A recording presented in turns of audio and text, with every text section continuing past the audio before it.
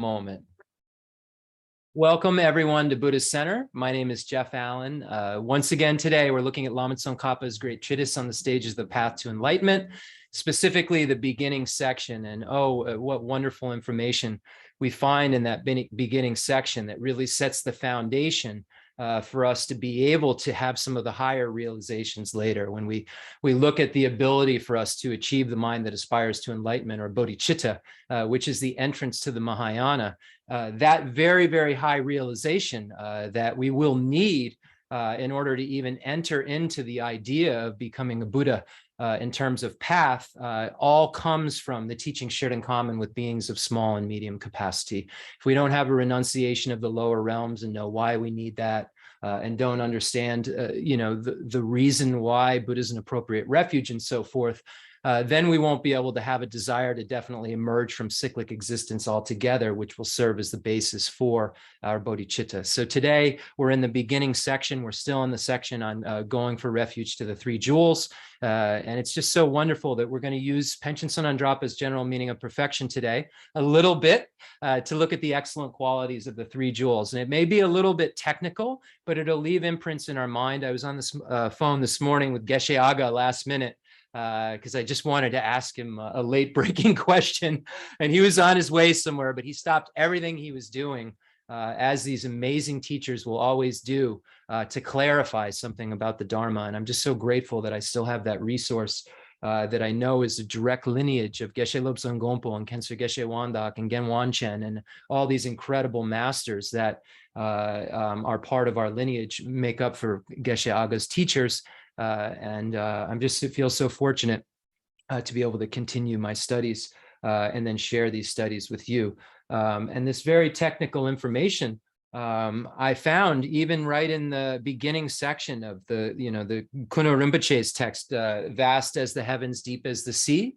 One of His Holiness the Dalai Lama's teachers is Kuno Rinpoche, one of his main teachers. He talks about, when he talks about getting bodhicitta, and you see this very technical information summarized into a few stanzas.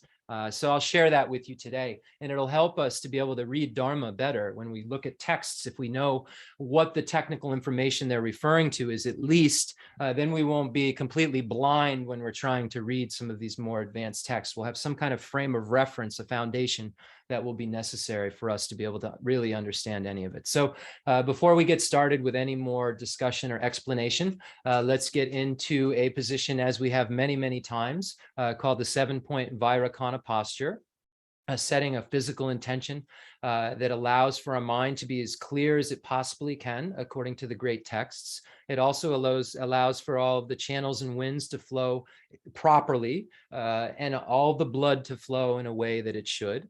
It allows our body to sit for longer and longer periods of time, which will be necessary as we get more and more levels of concentration and can apply those levels of concentration to focus on wisdom.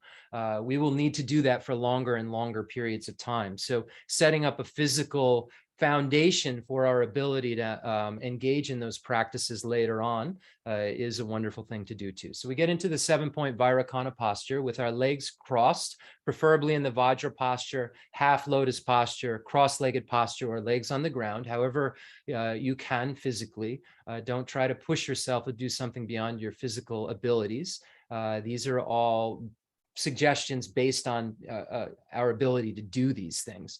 And in the text, it says if we have physical limitations, and we can't get into these exact postures, that these physical limitations won't keep us from achieving the realizations. We will just have to adjust these postures and understand, why we're doing so, and be honest with ourselves about why we're doing it. So next we get into the mudra where we have our right hand on our left, with our thumbs touching together, making a diamond, symbolic of the union of method and wisdom, and put our shoulders into a comfortable position with our arms somewhat bowed out. So we have our our legs and our arms and our hands. Now we make our back straight like a stack of coins. So our vertebrae should be very, very straight. We have a tendency to arch. We don't want it arched. We want it very straight. So we have our legs, our hands, our back straight, our shoulders comfortable, head slightly forward, eyes slightly open, pointed at the tip of our nose, with our mouth in a comfortable position, tongue on the top of the roof of our mouth, right against the teeth, allowing for saliva to flow, breathing through our nose, allowing for our mouths not to dry out. So we are in this 7-point Vajrayana posture. Now we are going to begin to have a focal object. When we engage in calm abiding meditation, when we're trying to be able to get to single pointed concentration, we first have to identify what our focal object will be. So right now, we're identifying the focal object to be the breath, and then we will add the image of Buddha Shakyamuni. But right now, we're identifying the focal object to be the breath. So we're going to begin breathing in and out through our nose, bringing the breath all the way to the top, filling our diaphragm, and then exhaling in a very even, natural fashion. Breathing in through our nose all the way to the top of the breath, and then exhaling. And as we exhale, we count the breath 1. And then we get to the second breath, we count the breath 2. So what are we doing during this process? So our mindfulness tells us that the focal object we don't want to forget is the breath. So that's the mindfulness, not forgetting the object, the focal object. Now, what are we doing? Okay, so introspection that we've studied many times before is like the spy in the mind, making sure that we haven't forgotten the breath. So we're kind of spying on our own mind as we're breathing in and out, making sure that we're focusing only on the breath. Now, what are some things that can happen besides the breath? One is excitement, of course, right? Our mind can stray off and start to think about things other than the breath. We can have some conceptuality, start thinking about the breath, and then start thinking about, being down at the beach all of a sudden, and we're supposed to have the focal object is the breath. So that's one thing that can happen. Our mind can become busy, and then we lose the focal object because of excitement. The other thing that can happen is we lose the focal object's clarity because of laxity. This is when dullness or lethargy sets in, and the breathing in and out starts to become darker and darker. And we start to feel like we're about to fall asleep. That's when we know that a very coarse form of laxity is starting to set in, when we start to lose the focal object, when the clarity of just focusing on the breathing in and out of the breath, or the focal object of our object of observation. If we take Buddha Shakyamuni, for instance, if that image starts to get duller and duller and duller, and we start to feel sleepy, that means that we've fallen into a state of laxity. So right now, what we're trying to do is use introspection. If our mind has gone off of the breath, to kind of grab it like it's our pet dog that's been lost, and put it on a leash and bring it back to the focal object. So a little bit of technical information before we got started. Just wanted to share, when you look at it in terms of stages of meditation, to get to calm abiding, there are 9. And we're always trying to identify the focal object, guard against excitement and laxity. And then when we get to a point of where we're really even-minded, know not to apply any antidotes. So there's this whole process we could get into another time. But we really have to be focused on what's going on when we're trying to gain this single pointed concentration. And of course, today we do just a few seconds of it, right? Just to get a taste of it, and then get a few seconds of a taste of single pointed focus on Buddha Shakyamuni while trying to hold the breath, doing kind of 2 things at once. But really, when we get to the point where we want to just gain the single pointed concentration, one focal object only, and then using these tools to try to make sure we don't have excitement or laxity. So we'll begin by breathing in and out. Pabonka Rinpoche's Liberation in the Palm of Your Hand says this is really a great place to start. This exact meditation is taught, where you breathe in, fill the lungs and diaphragm, breathe out and count. And Pabonka Rinpoche says to really use that number as your kind of introspection, like you're checking to see if you're still on that number, right? Have you moved forward? Do you know what number you're on? So Pabonka says it's a great way to use a very simple method to kind of ensure that you're really gaining more and more single pointed concentration, because being able to concentrate and focus is a learned skill for our minds. It's not something that will just come naturally. It's something that we have to get better and better and better at. And if we don't know what the tools are, and we don't know all of the kind of signs we don't know the signs when we're not getting better. We know the signs. We don't know what the signs of distraction are, or at even the most subtle levels, then we could sit in a kind of state of distraction and not even know we're doing it. And many great meditators have been lost in their meditation in subtle laxity or dullness, and feeling a state of bliss and believing that they've achieved something when really it's just a result of winds and so forth that have confused them into believing a state of liberation has occurred, or some sort of abandonment has occurred.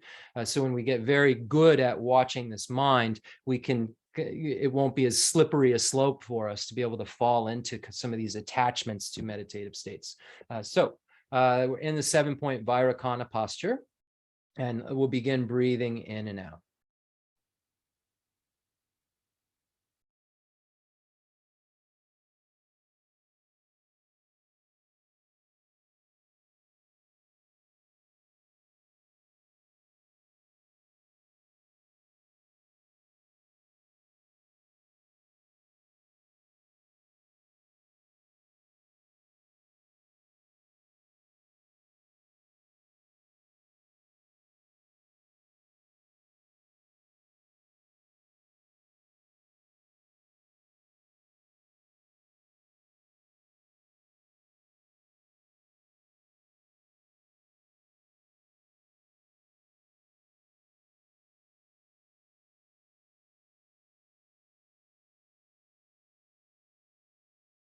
Now add the image of Buddha Shakyamuni in the front generation, focusing on the breath still, breathing in, breathing out, counting.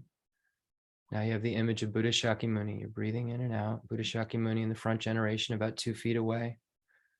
Thumb height, 1.5 or 2 tall. Radiant. 3-dimensional. Light body. Focus solely on Buddha Shakyamuni and the breathing.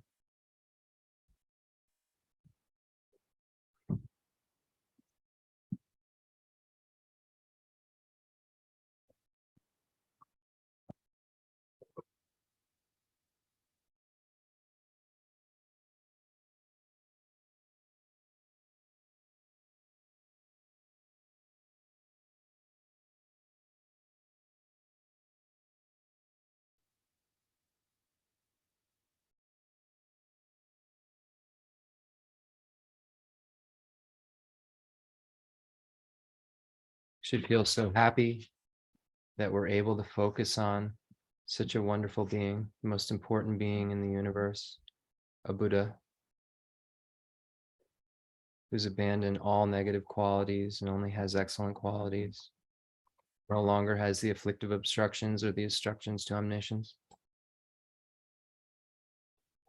Perfected love and compassion, perfected wisdom, and perfected power.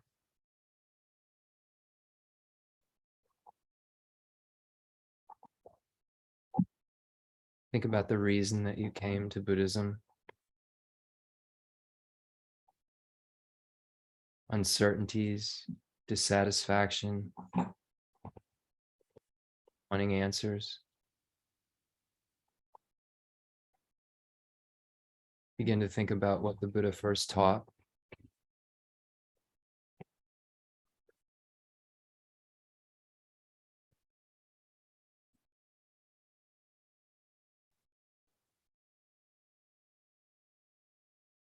Think about the first noble truth, the superior truth of suffering.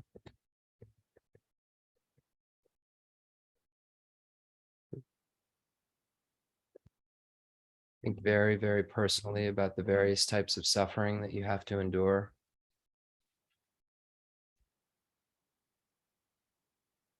Think about the suffering of birth, aging, sickness, and death. Think about all the times you've experienced these things. whether it was you personally or someone you loved. Recognize that the Buddha said that we're moving so quickly towards all of these things. Every moment, we can't even see we're moving quickly towards birth, aging, sickness, and death. Moving quickly towards being separated from pleasant things and meeting with unpleasant things every moment.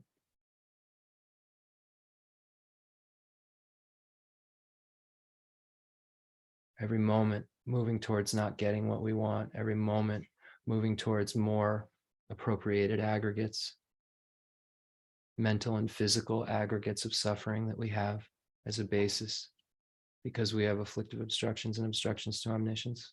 We have this. Moving quickly, quickly, quickly towards more uncertainty. Our friends and loved ones in this life, we may not know again until we're Buddha. We will know them as our enemy in our next life. Our enemies in this life were so close to us before, although we've forgotten. Our ignorance doesn't allow us to see that. We may have harmed our closest loved ones in our previous life. We see this uncertainty will always be for in cyclic existence. No satisfaction is found in cyclic existence. No matter what we get, we aren't satisfied. We think just that next form of happiness will be what satisfies us, and it's like salt water.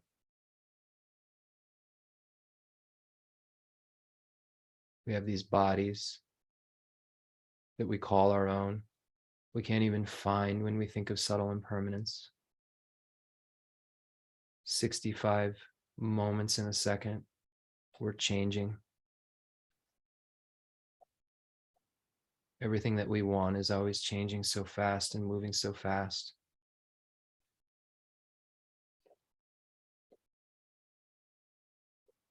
Shucking off these bodies that I think are mine, moving so fast towards this shucking off of another body. Every moment, I'm just about to shuck off another body. When this body's shucked off, I'll take on another one that may be so unpleasant or so pleasant, but I'll shuck that one off and I'll take on another one.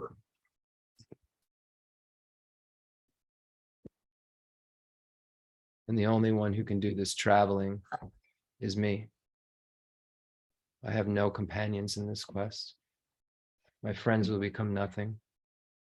Enemies will become nothing. I'll become nothing. And when I'm something else, I'll think I have all of those things again because of my ignorance.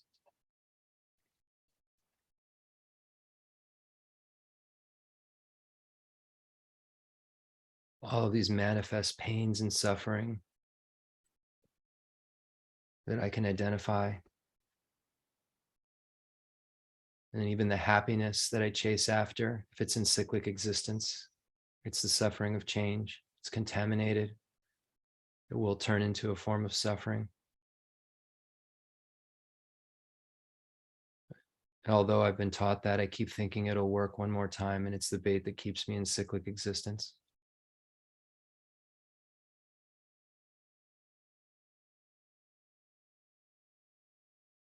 And the real suffering the Buddha taught in the First Noble Truth was that all of this would occur again and again and again, and we wouldn't have any control over it.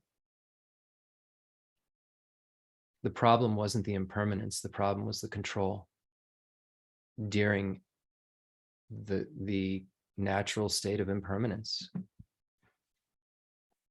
Forced again and again and again into a set of contaminated aggregates because of our karma and afflictions, over and over and over again.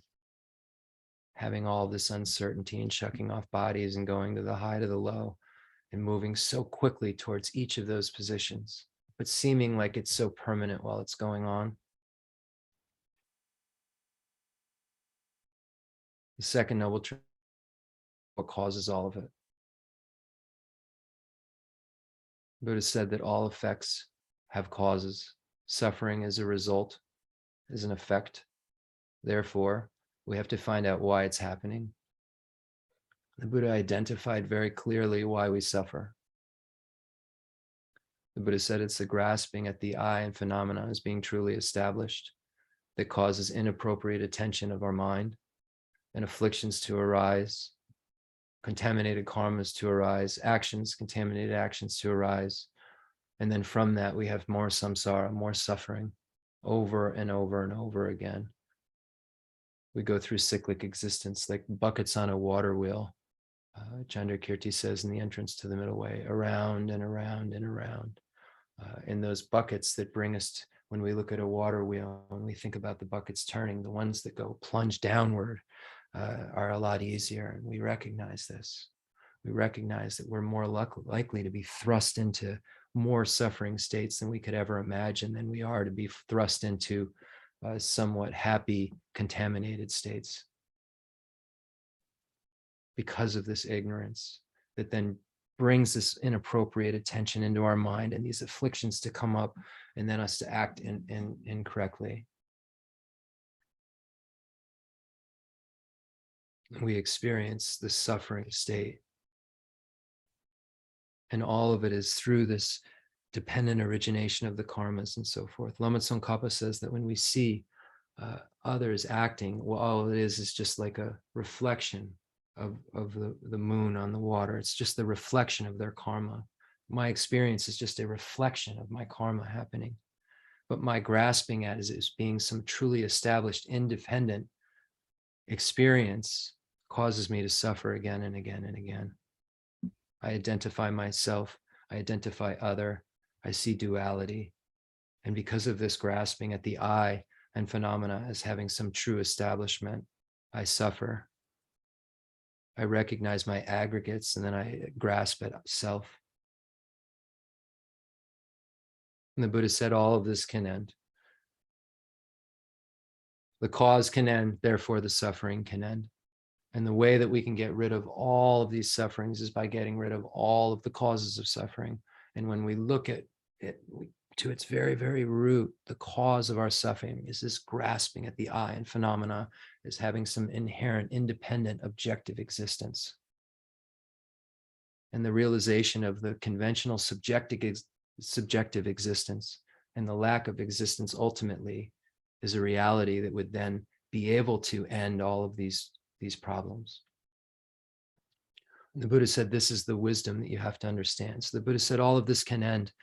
But at the fourth noble truth said, this is the truth of path. This is what you have to do to end all of it. You have to have this wisdom which abandons the ignorance that gives rise to all of this suffering. He said that the superior beings, the Arya beings, realized this when they directly saw the nature of reality, when they observed emptiness over and over and over again. The one thing they recognized is that the emptiness and the understanding of emptiness was the cure for all of our suffering. So now we feel very good. We have a way out of all of these different types of suffering that we feel so personally about, that we can really, really just close our eyes and just imagine, right? Experiencing, the aging and experiences we've had with it and sickness and so forth. And be so happy that these things never have to happen again, that the cessation that we can achieve is forever. We would never have to experience this again. And it's not a mystery how to do it. It's presented to us by Lord Buddha. So we feel so happy. And the Buddha says to us that not only can we be free from suffering, but we could become completely reliable, help everyone be free from suffering and have happiness and abide in a complete state of bliss that somebody who's just free from suffering only wouldn't even be able to understand. And the help that this being could give, that you could give, or you could become this being that could become the most reliable, helpful guide because of omniscience, love, compassion, and power. So then the Buddha says that we have to first engage in meditations on the causes that will bring about a special mind that is the entrance into the pathway to Buddhahood. The Buddha said, if you want the enlightenment that I have, then it's necessary to cherish others.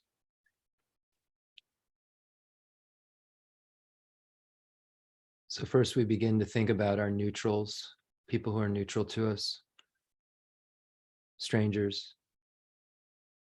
We see our mind's reaction. And then we think about our loved ones, we see our mind's reaction. And then we think about our enemies and we see our mind's reaction. We look at our minds. We see that we have kind of a distinction or a bias that's taking place. And we begin to think that since beginningless time, we haven't had this certainty. Friends have been our enemies, strangers have been our friends. Our enemies have been our most dear, dear friends, have taken care of us when we were most vulnerable, as has these strangers to us. We have a relationship with every one of these types of beings. So we begin to think of how unrealistic it is to label any of them as friend, enemy, or neutral, because we've had every relationship. So we develop this equal kind of mindset around these three types of beings that would be willing, an equal willingness to benefit them all. That I would be willing to help them all. I wouldn't help my friend before a stranger. I wouldn't help a stranger before my enemy. I would equally be willing to help all of these types of beings. When I start to recognize that since beginningless time, I've had all relationships with these types of beings. So I'm now developing an open mind in relation to these different types of beings. And we start to look at, since beginningless time, we've had a rebirth after rebirth. And the Buddha says that all sentient beings have been our mother, all sentient beings have been our father, all sentient beings have been the closest being to us in our life. When we were the most vulnerable and there was no one else to take care of us, all sentient beings have been there for us. We start to remember how kind they were to us in these different lifetimes. Our friends, our enemies, our neutrals. We do it in the order of friends, neutrals, and enemies. We think about these beings, how, and make sure that our relationship isn't going back to that ignorant way of thinking. We keep making sure that we have this equal open-mindedness in relationship to these friends, enemies, and neutrals, that we have no bias, that there's this equal openness, that we see every single one of them as our closest, dearest loved one who's been so kind to us. We remember that kindness and then we wish to repay the kindness somehow. But because we've meditated ourselves on suffering, we understand that mundane happiness is contaminated. So if we wanted to repay this kindness to every single sentient being, how could we do that? If we give them, maybe a piece of cake, we know that that's the suffering of change. How do we not repay kindness with suffering? How do we repay kindness without the suffering of change? So we stay on that thought and we begin to think about all sentient beings' importance and how equally important they are to us. We recognize that all sentient beings want to have happiness, want to be free from suffering, just as much as us. Their pain doesn't feel any different than our pain. Their happiness isn't any different than our happiness. When we think about our desire to be free from these different types of suffering, the 8 types of suffering, the 6 types of suffering, the 3 types of suffering, and we taste that very strongly, and we have this desire to be free so strongly from it, recognize that each sentient being has that same exact feeling. And they're all equally important in wanting happiness and being able to be happy. I'm not any more important than they are. They should be able to be happy just like me.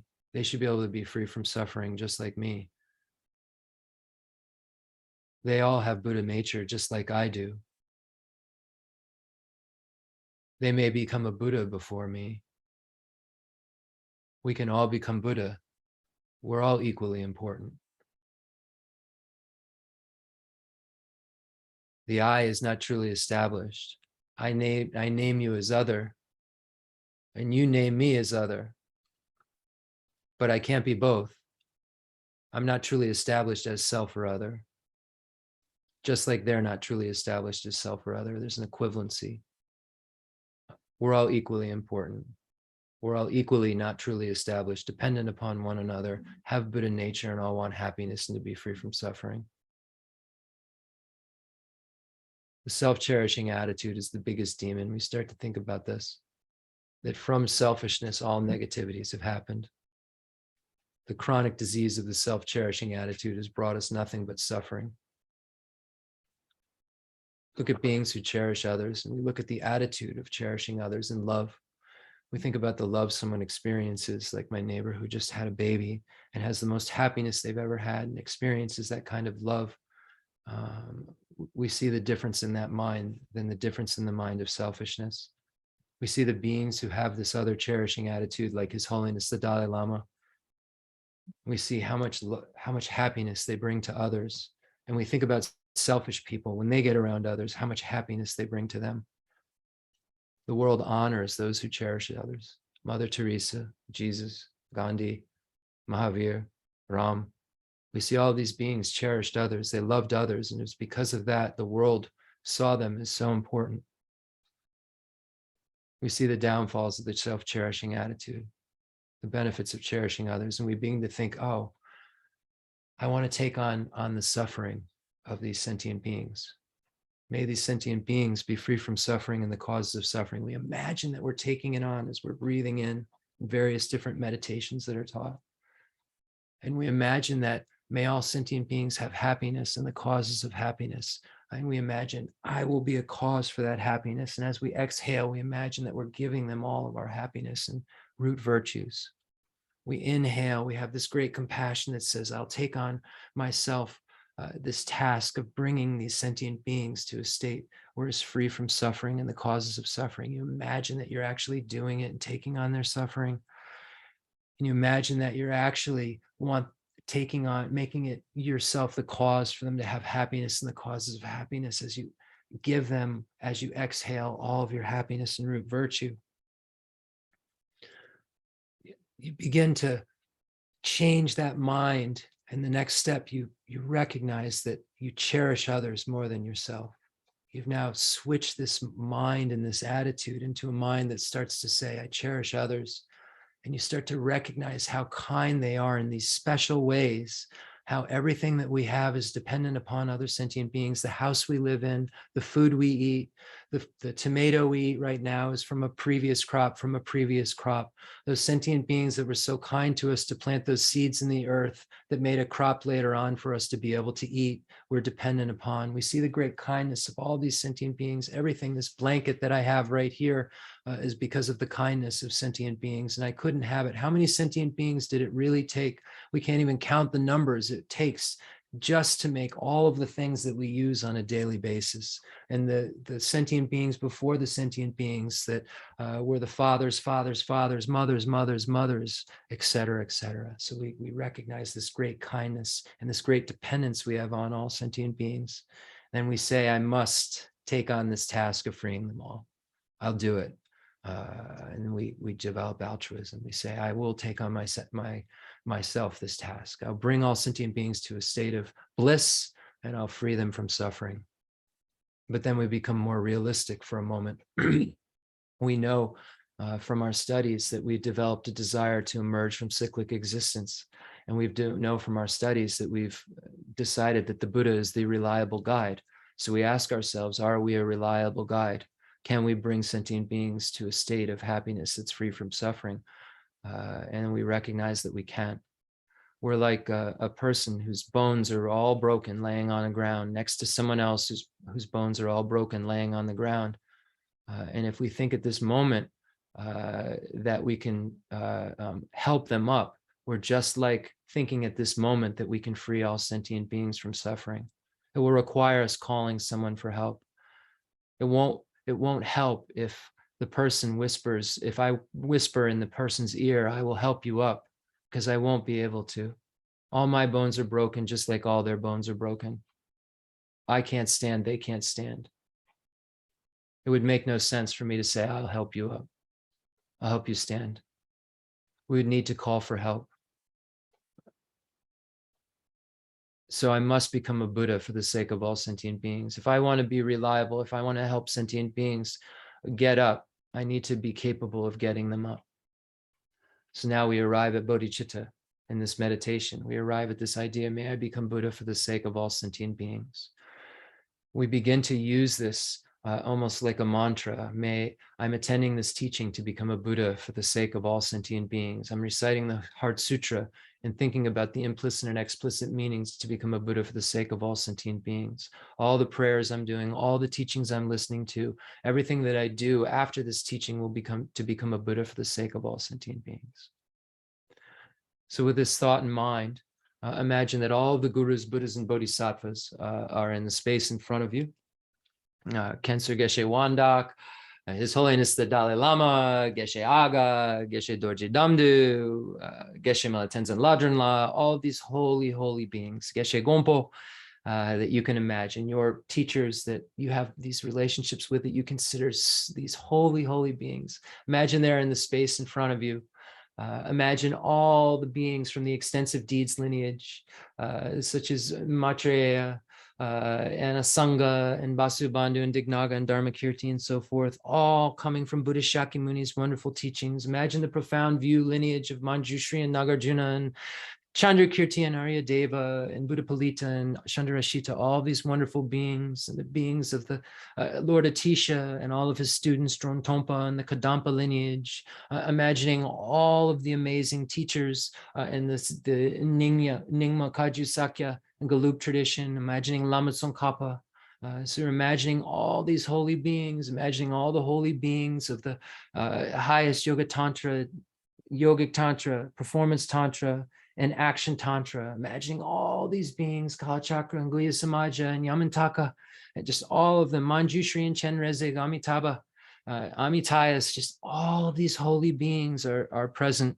Garuda and Haryagriva and Vajrapani, just imagining all in the space in front of us, and all the 35 Buddhas and the protectors. Just imagine all the holy merit field, Gurus, Buddhas, and Bodhisattvas in the space in front of you, all these superior beings. And imagine they're so happy, so proud of us for doing something to be able to become Buddhas, because all the Gurus, Buddhas, and Bodhisattvas only care about one thing, and that's that we achieve bliss and freedom from suffering. That's all they care about, figuring out a way for us, each of us individually, to achieve this amazing, amazing state of freedom from suffering and bliss. So we imagine that they're so happy we're doing this. Now imagine that you bring all sentient beings here to this teaching to be able to do prayers and so forth. You're leading them. Imagine that you emanate countless arms and grab all sentient beings in their various states of hell, hungry, ghost, animal, human, demigod, and God's realm. Imagine that you're bringing all these sentient beings here to be able to change their minds, to be able to move closer to Buddhahood. And now imagine that all the Gurus, Buddhas, and Bodhisattvas become blissful. They're so happy because all sentient beings are here now. They only want sentient beings to learn the path to Buddhahood. And now they've looked down and they see all sentient beings are assembled here and ready to learn how to become Buddhas. So the immense amount of bliss goes over the merit field. Imagine that yourself and all sentient beings have a white Om symbolizing body, a red Ah symbolizing speech, and a blue Hum symbolizing mind. So the Om at your crown, the Ah at your throat, and the Hum at your heart. So now imagine from the bliss that the Gurus, Buddhas, and Bodhisattvas are experiencing, that light rays and nectars start to fall, and that the white light rays and nectars turn into white Oms and go to our and all sentient beings' crowns that are around us and purify our bodies. Imagine that red light rays and nectars shower down on us, almost like a blizzard, these red light rays and nectars, and transform into red ahs, and then dissolve into the throat, our throats, and all sentient beings' throats, and purify our minds. And then imagine that from the bliss, the Gurus, Buddhas, and Bodhisattvas, light rays and nectars and blue turn into Hum and go to our heart and purify ours and all sentient beings' mind. So we imagine that this almost shower, and sometimes like a blizzard, they say, of Om, Ah, Hum are showering down. Om, white, Ah, red, blue, Hum, and purifying our body, speech, and mind, and all sentient beings' body, speech, and mind in that order respectively. White Om, red Ah, blue Hum. So while you're imagining this, now keep this visualization of the Gurus, Buddhas, and Bodhisattvas and all sentient beings being purified around you, and we'll begin to recite the Sutra of the Heart of Transcendent Knowledge.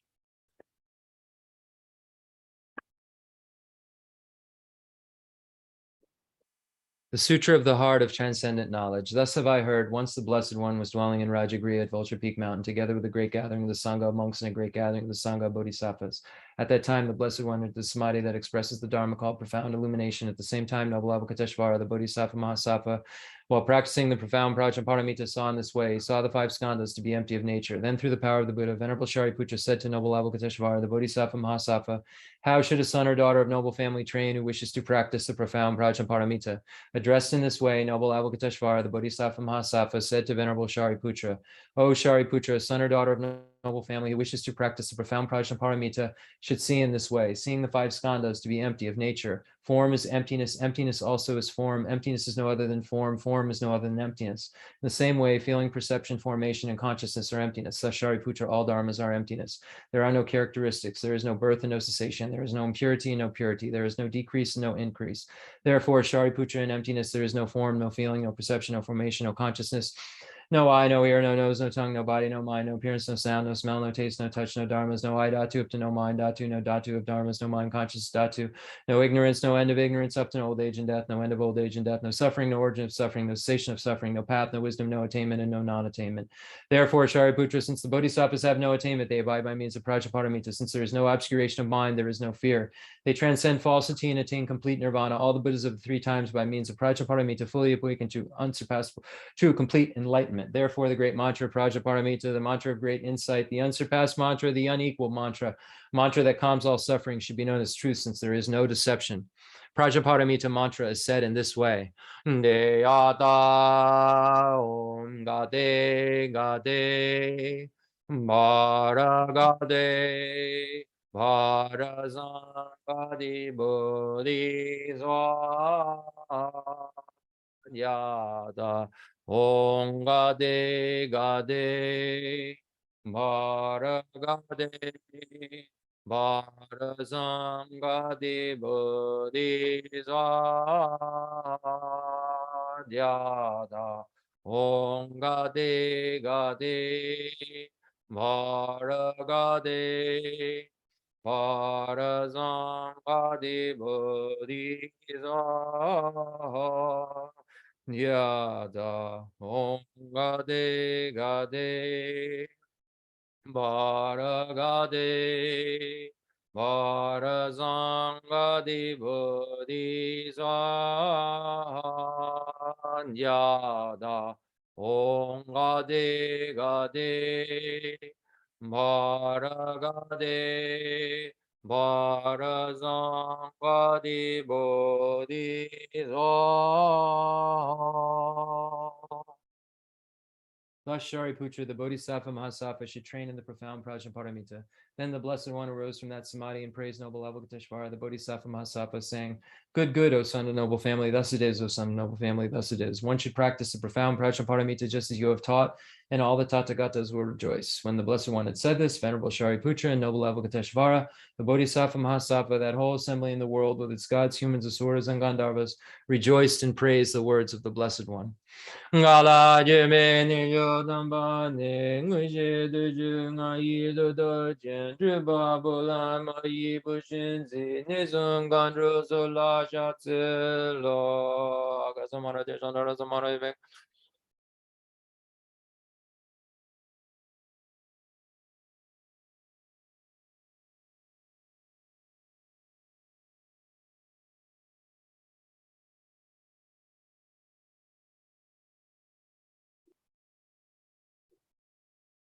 Aga samara de shandara samara ve de ya da on ga de ga te parasangati bodhiso baba gunji sunji ga yedin doji she loba doji meba doji shewa doji dragi baji metu beje danji shedin korea so ha ge ren ton ja je je wa da me do nu be jen da de wa da ton ba de doji daji de jan den da de le jo.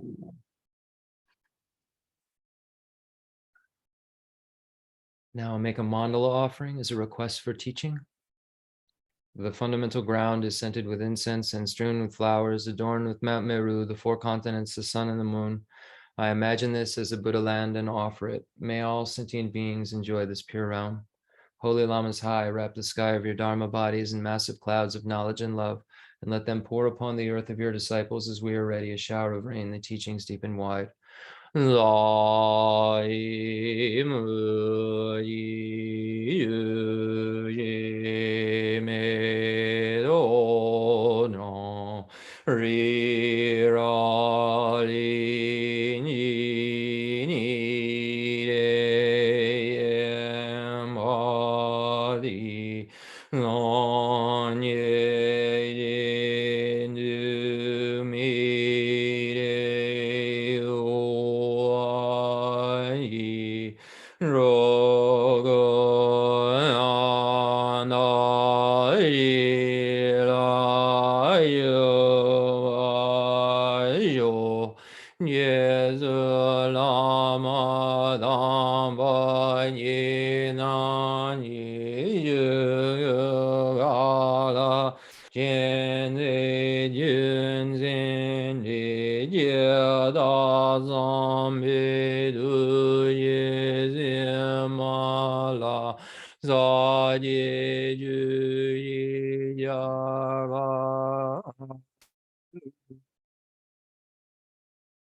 I send forth this jeweled mandala to you, precious Guru.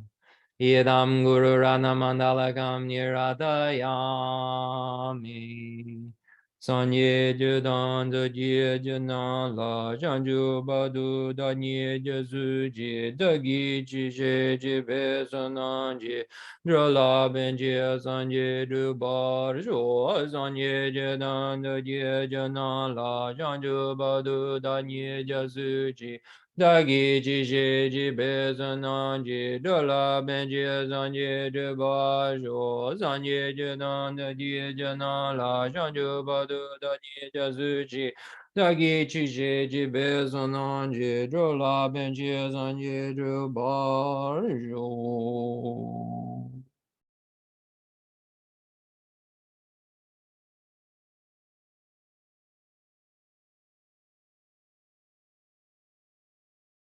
So from the homage verse of Dignaga's Compendium of Valid Cognition, the Pramana Samuchaya, the one who is transformed into the reliable guide, motivated by altruism to benefit sentient beings, the teacher, Sugata, and protector, to you I make prostrations.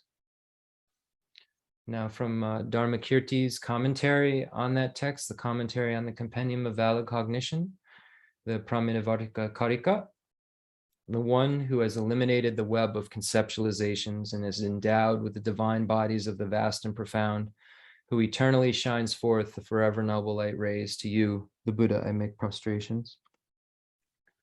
Inspired by wisdom and compassion today in the Buddha's presence, I generate the mind of full awakening for the benefit of all sentient beings. May this teaching be heard and understood in the language of all sentient beings.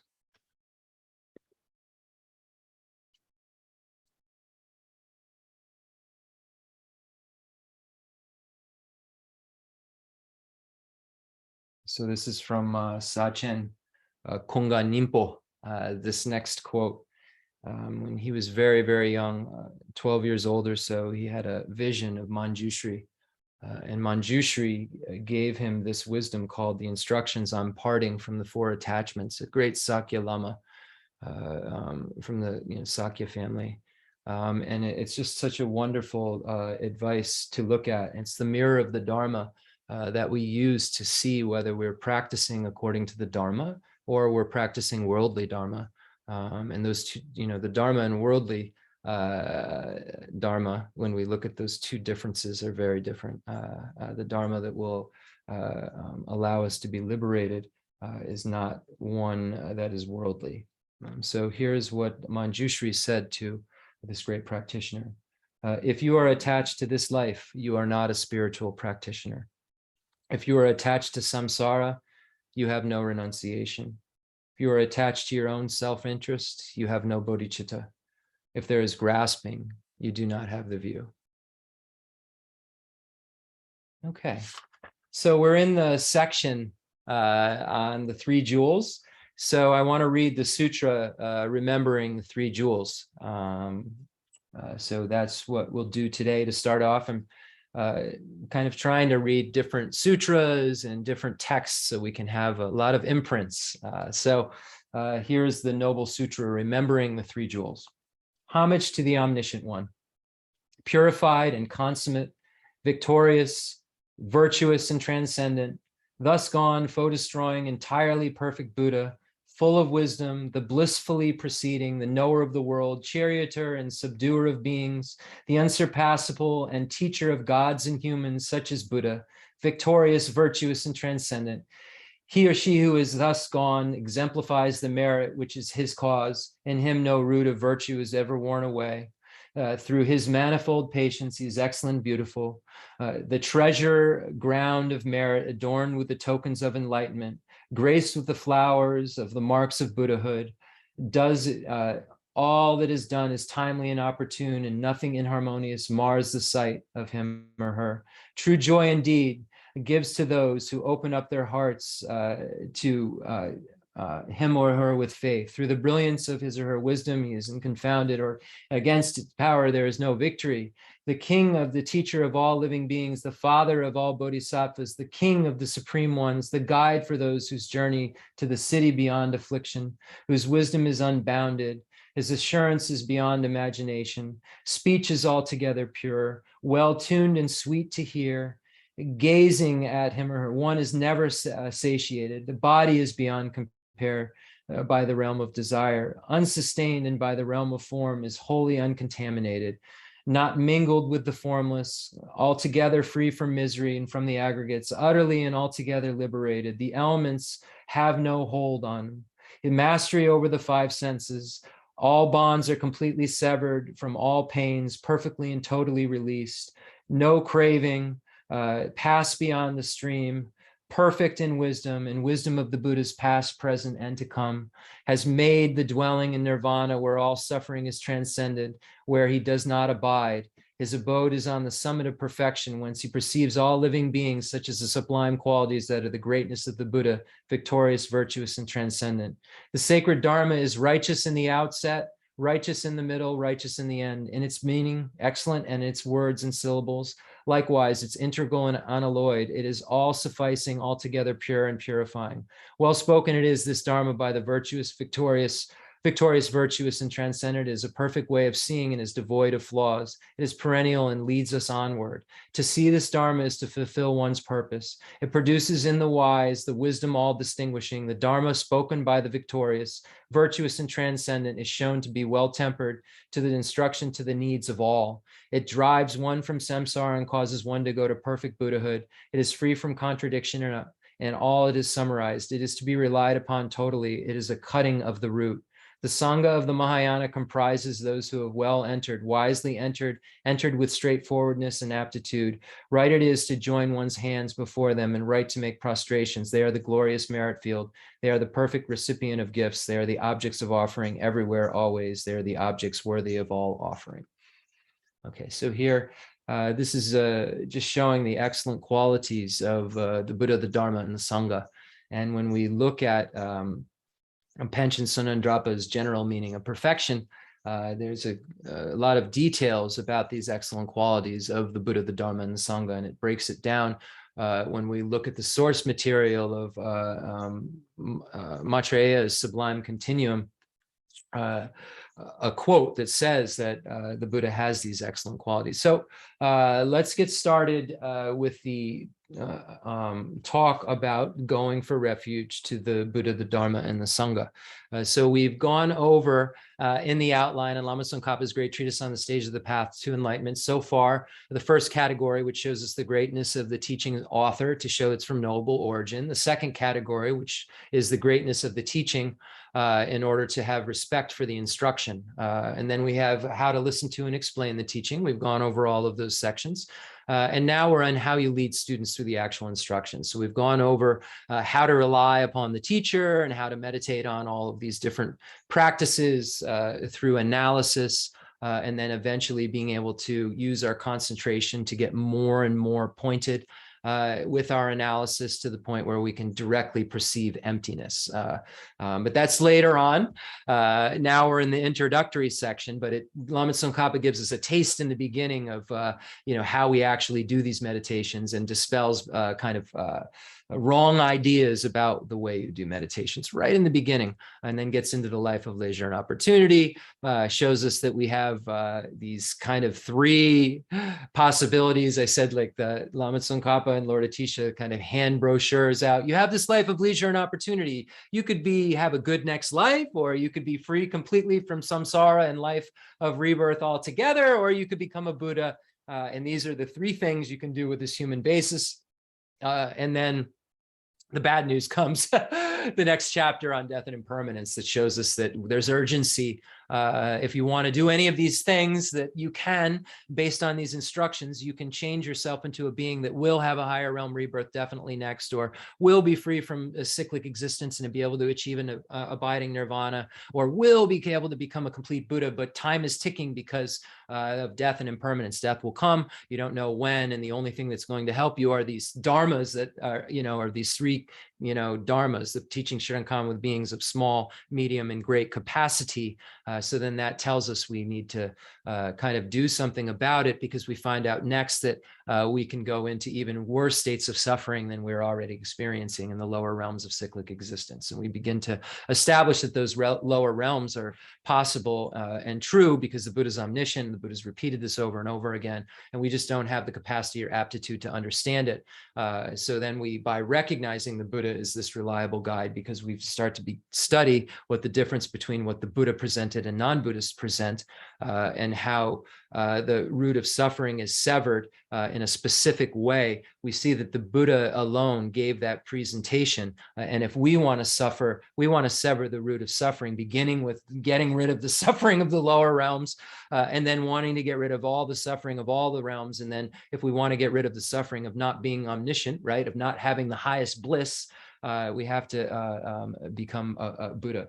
So if we want to engage in that, those practices, we have to do it now, because we know that we have a basis we can do it from, but this thing is going to perish. So our attitude becomes stronger and stronger about the need to get rid of these levels of situation within the three scopes. The level of the lower realms we want to get rid of in the small scope, and then all the realms we want to get rid of in the medium scope, and then at the great scope we want to not only get rid of our suffering, but everyone's suffering, and we want bliss to go along with our freedom from suffering.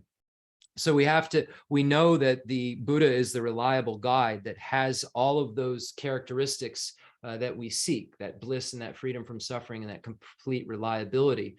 So we recognize that we go for refuge to the Buddha as that reliable guide. So what does the Buddha possess? What are these excellent qualities that the Buddha has? So previously, we went over the qualities of the Buddha's body, speech, mind, and enlightened activities. So we talked about those a little bit. But today I'd like to go over the Panchen Sonandrapa's general meaning of perfection. By no means will we be going into great detail. I just like to give everybody a taste of this text, and then show you how even in, this very simple presentation, you could miss. So Kuna Lama's vast as the heavens, deep as the sea. We see this homage section. So begins, it says, gazing with undivided faith at the Buddhas, their Dharma, and the followers, the Sangha, I seek refuge and pray to them. The Lord who seeks to help, who originates from the full moon of bodhicitta, is the guru of the world. In samsara, there really is no other to be found. So establishing the Buddha as the only reliable guide. How could the trinkets of others, apparently fine explanations, ever compete with the words of the one whose meaning is like a wish-fulfilling jewel? So the meaning of the Dharma will fulfill all of our wishes, freedom from suffering, and to have complete bliss. What other teacher has taught the means to those two places? And we have to see if it's true or not. When we go for refuge to the Buddha, the Dharma, and the Sangha, we're saying that we're putting all of our faith in you. And we believe that you can protect me, So I believe you can protect me. Why would I believe that unless I've established that you're a reliable guide, you are an adequate protector? Rinpoche always said that, we have to make sure that the refuge we're seeking is a refuge that can actually help us. If a baby deer runs to its mother when a lion's attacking, that really isn't a good refuge to go to, because the lion's going to eat them both. And that's comparable to someone who is in cyclic existence, right? Who doesn't know how to get out of cyclic existence, can't present you with a way to get out of cyclic existence. So we have to look at it in those ways. Hold on one second. I have to do something here.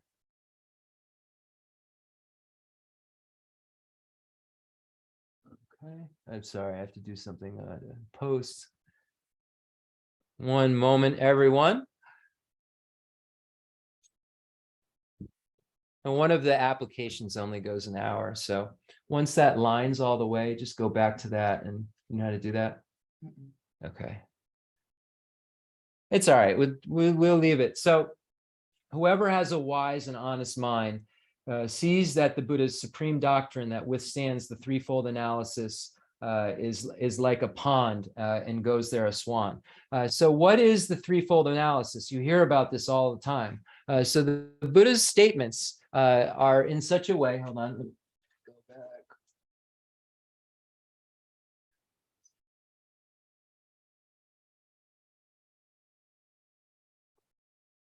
Oh, that's not right.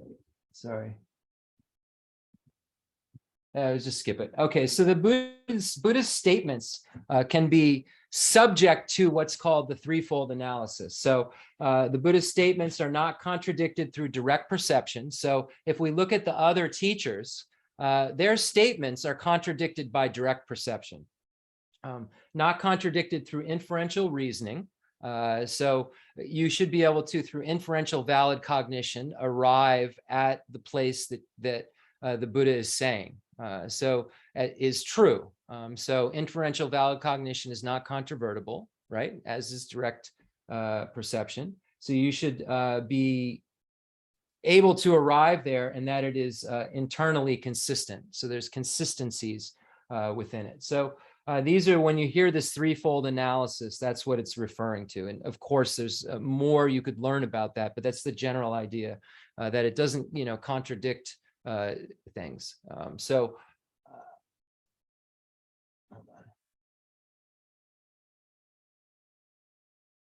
on. Okay, so it says, now, who would not cleave to the refuge provided by the Buddha, who has completed his own and others' aims, and who possesses the 8 special attributes, such as not being known through descriptions by others, and so on. So this is in the 5th stanza of Kunalama's verses in praise of bodhicitta. So what is that talking about, these 8? So when we look at Panchen Sonandrapa's general meaning of perfection, we see a quote from Maitreya's Sublime Continuum. It says, the essence of the Buddha possesses the 2 sets of meaning, which encompasses ability, compassion, exalted wisdom of others, conditioning, spontaneity, and unconditioned. So there's just a short quote there. And then there are 8 qualities that you find within that short quote. So Panchen Sonandrapa says this about the Buddha jewel. So this is specifically about the Buddha jewel. So the first is the unconditioned excellent quality of natural purity. So unconditioned is mentioned here. So unconditioned means permanent. So this is talking about the cessation of suffering that the Buddha has. So it's this natural purity of cessation, which is the absence of suffering. And then the second quality is the excellent quality of spontaneity, which is a natural purity of the adventitious.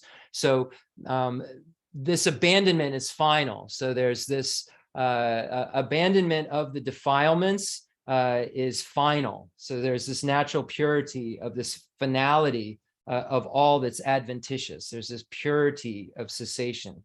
And then it says the excellent quality of the fact that these 2 qualities can't really be realized in a complete manner by just words and terms. So this is a very, very profound thing, this kind of cessation of the Buddha's mind and so forth. and this purity of the stains, it's hard to even describe. It's so profound. And it says the excellent quality of the exalted wisdom of reality and diversity. So the Buddha is the only kind of being who can simultaneously see conventional and ultimate reality. Even an Arya being who is not a Buddha, who's can only, like an Arya Bodhisattva, an Arya hearer, Arya solitary realizer, these beings can only see direct ultimate reality or conventional reality. They can't simultaneously see both conventional and ultimate reality. Only the Buddha can. So here, this excellent quality of being able to see the conventional and ultimate simultaneously. The excellent quality of compassion for disciples. The Buddha has perfected compassion through the Bodhisattva stages and so forth. The Buddha has perfected compassion. The Buddha is the only being with perfect compassion. The Buddha is the only being whose compassion has every single sentient being as its object of observation. This kind of immeasurable compassion that is pure, that is perfected. And only the Buddha has this perfected compassion that has as an object of observation every single sentient being. So the next, it says the excellent quality of being able to clear away the faults of disciples. So in the sutra here, we see, of course, Lord Atisha teaches us, right, that all teachings are free of contradiction, that all the teachings are instructions to practice. So because of Atisha, we can easily understand what the point the Buddha was trying to get at was, and then we don't abandon the Dharma.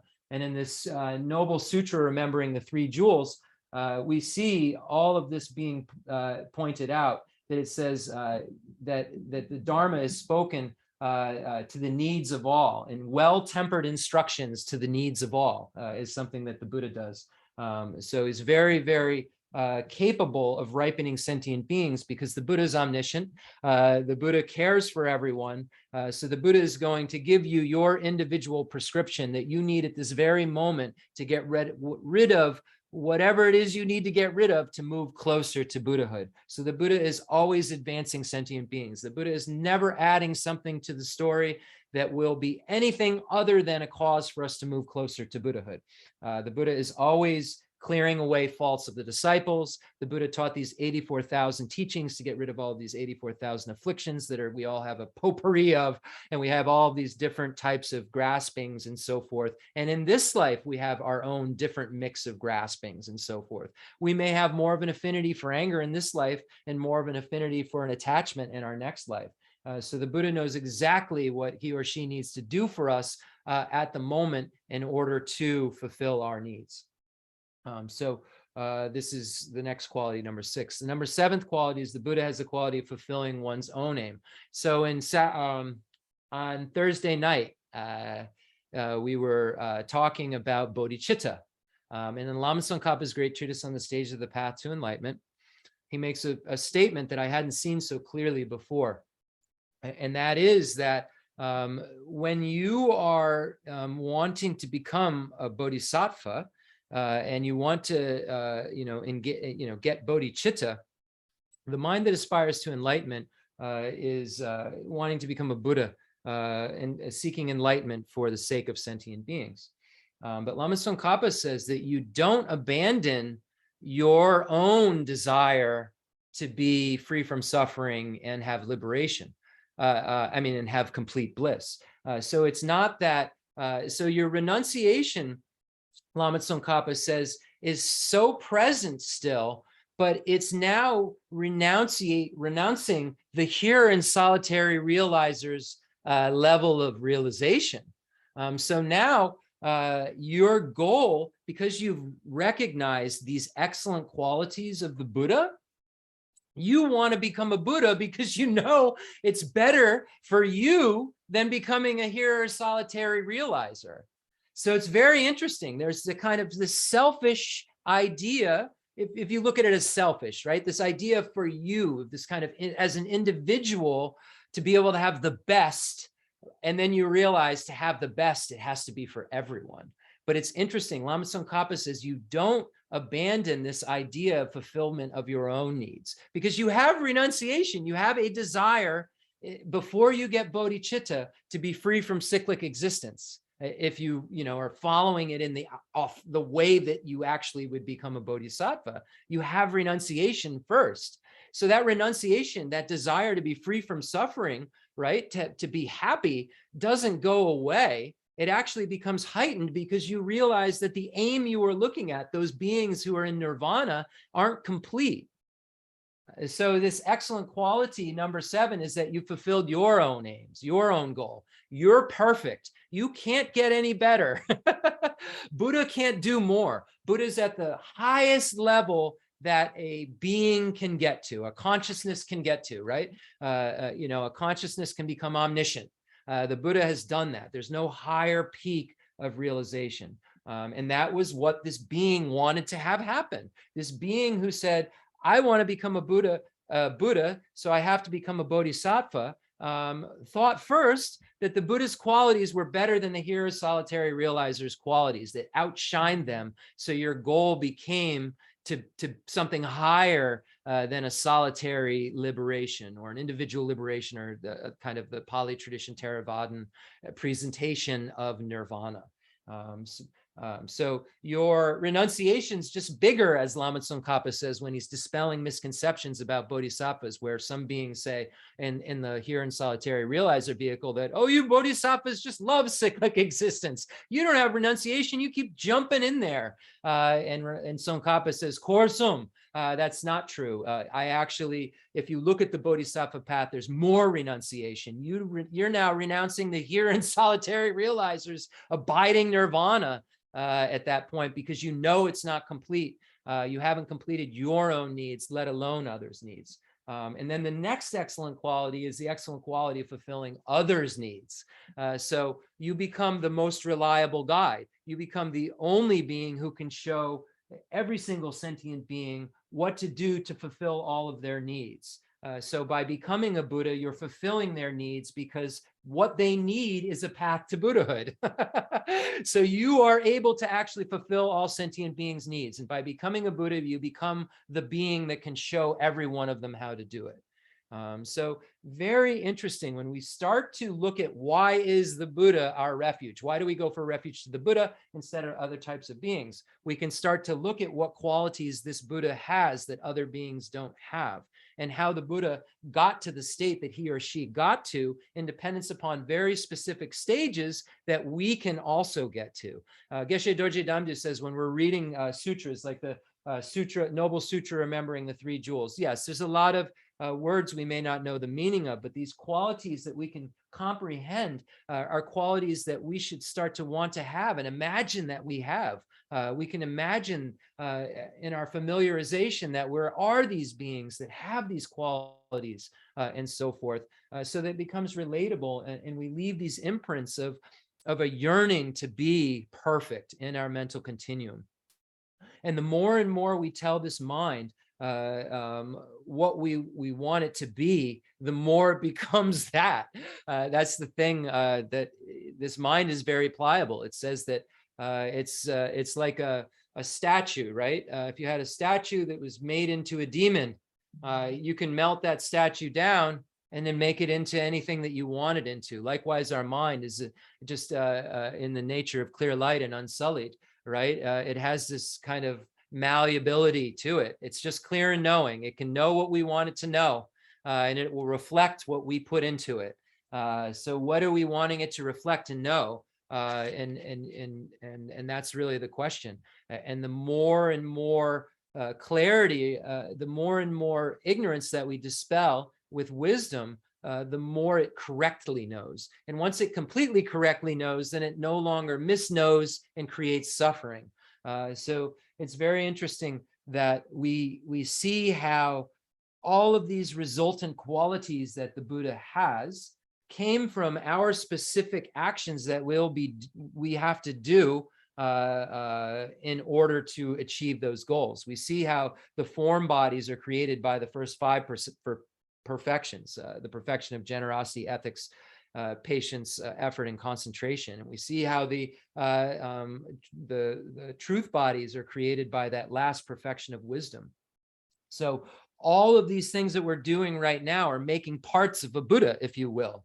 If that makes any sense. You're putting in wisdoms that just are like you're building like if you were to build a log cabin, you'd start putting this log cabin together and you'd have all of the parts to it in the roof, and suddenly it would all be together. Right now we're putting the parts of a Buddha together for ourselves. And the only way that we can do that is by practicing the teaching shared in common with beings of small capacity, the teaching shared in common with beings of medium capacity, and the teachings for beings of great capacity in that order. There's no other order that we can realize these things in, and there's no other order the Buddha realized these things in. So that's the amazing part of it. So that's the 8 qualities of the Buddha jewel. Then Kuna Lama says, for whom is the Dharma not a refuge? Characterized as it is by the 2 truths, the 8 special attributes such as being inconceivable, non-dual, and so on. So the 2 truths, of course, conventional and ultimate truth. And we see another quote, the pure truth in the continuum of superiors, possessing excellent qualities among the 8, such as inconceivable, non-duality, and non-conceptual. So we see that the Dharma jewel is something that's in the continuum of a superior. So we always talk about the true paths and true cessations being the Dharma jewel in the continuum of a superior and the continuum of an Arya. Here we see that its qualification of the Dharma jewel is that it's a pure truth in the continuum of an Arya. So the pure path or pure cessation. Sublime Continuum says, Dharma is defined as that which is possessing the 2 truths, free from desire, is an antidote, lucid, pure, non-conceptual, non-dual, and inconceivable. So let's look at what Panchen Sonandrapa breaks these 8 down into. So the first is the excellent quality of being unthinkable, because it cannot be analyzed in terms of the 4 permutations terminologically or conceptually. So these true paths and true cessations are realizations that are direct, that are not conceptual, can't be fully understood in ways of concepts and so forth. Excellent quality of non-duality, because it's free from either action, karma, and afflictions. So there's a purity of this direct path and cessation that is free of the karma and the afflictions.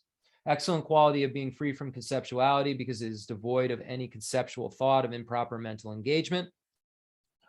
Excellent quality of purity, because its nature is stainless. Excellent quality of lucidity, because reality and diversity are transparent. So you see the Dharma, right? You see emptiness, you see the middle way. What is the middle way? Being able to see conventional and ultimate truth as not being contradictory. Excellent quality of antidote, because the object of abandonment can be destroyed. Excellent quality of cessation. Excellent quality of true paths. So here we find the qualifications of the true paths and true cessations. So that's enough for that. And then Kuna Lama in the text then says about the Sangha, for whom is the noble assembly not a refuge, with its 8 special realizations and freedom attributes, free as it is from the obscurations of attachment, impediment, and a lesser path, and with the realizations of how things are, what there is, and the inner.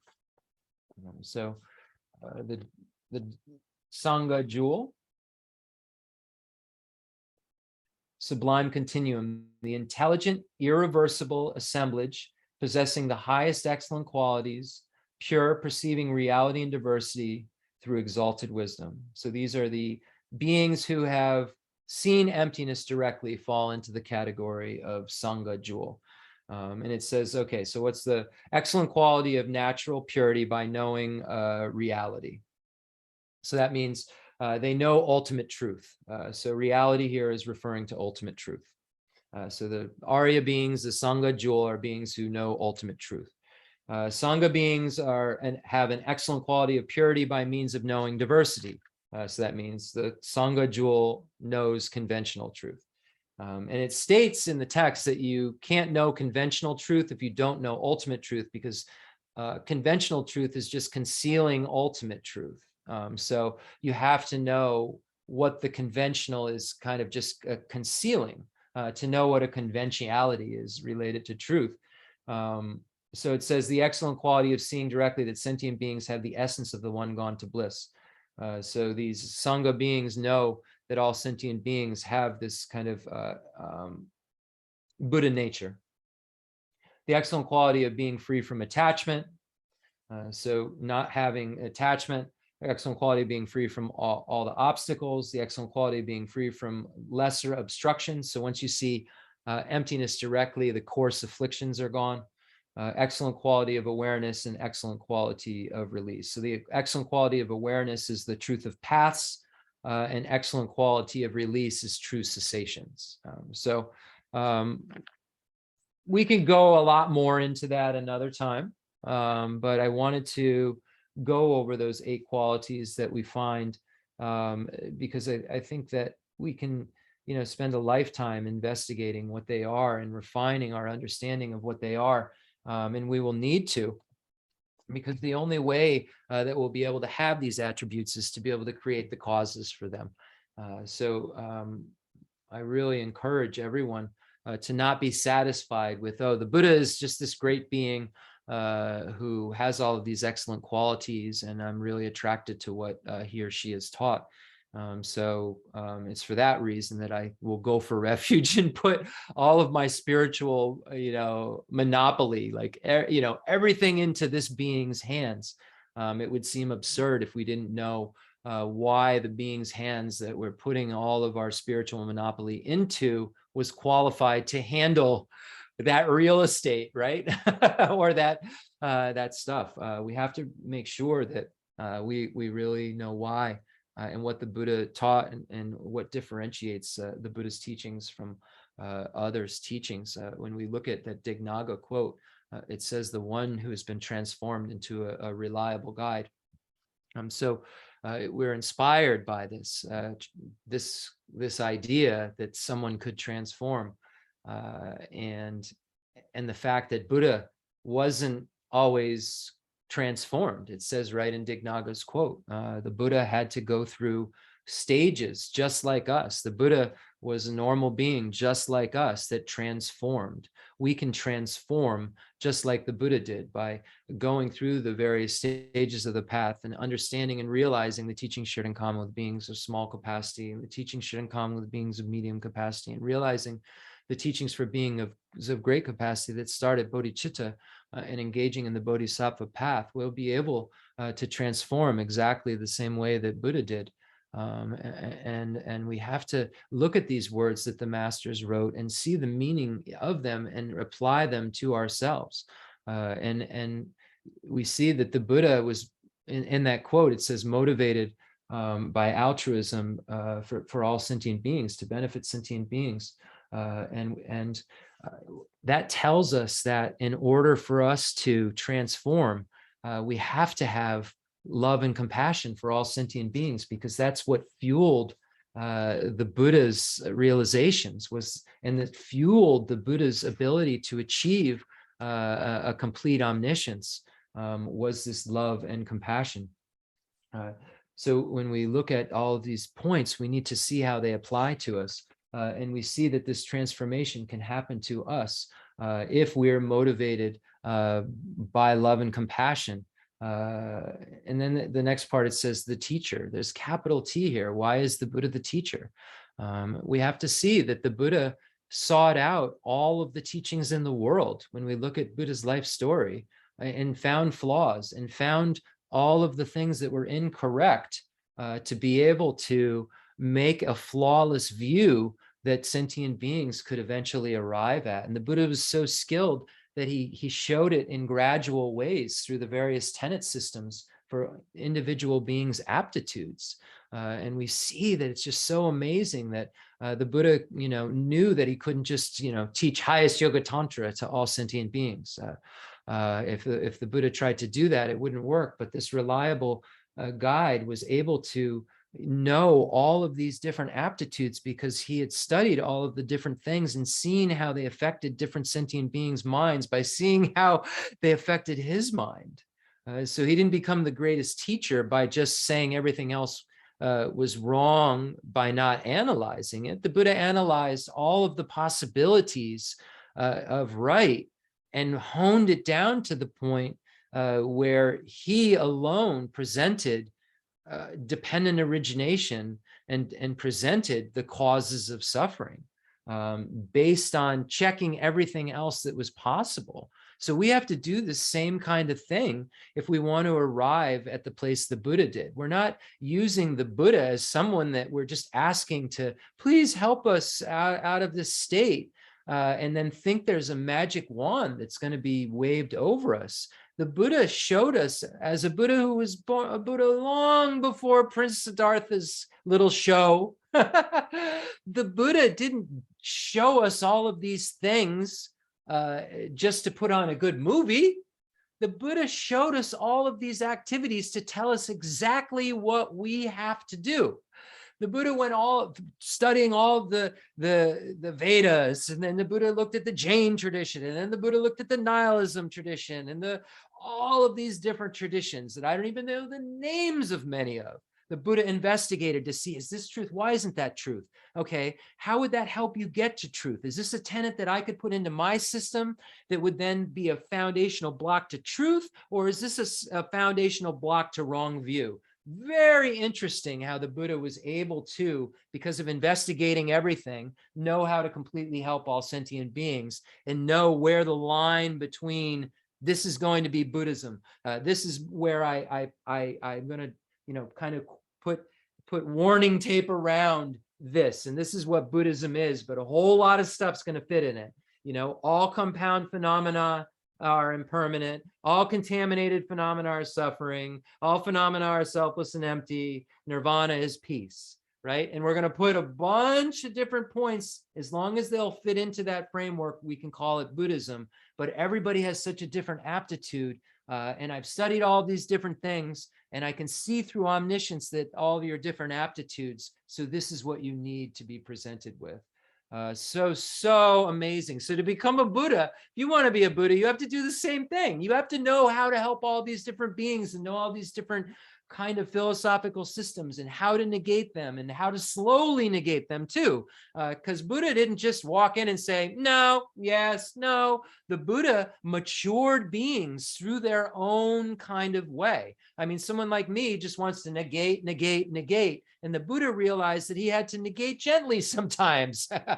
He couldn't always walk in with a big stick, right? And just, hit everything that seemed wrong around. He had to only hit a few things sometimes and then hit a few more, and eventually they'd all be hit.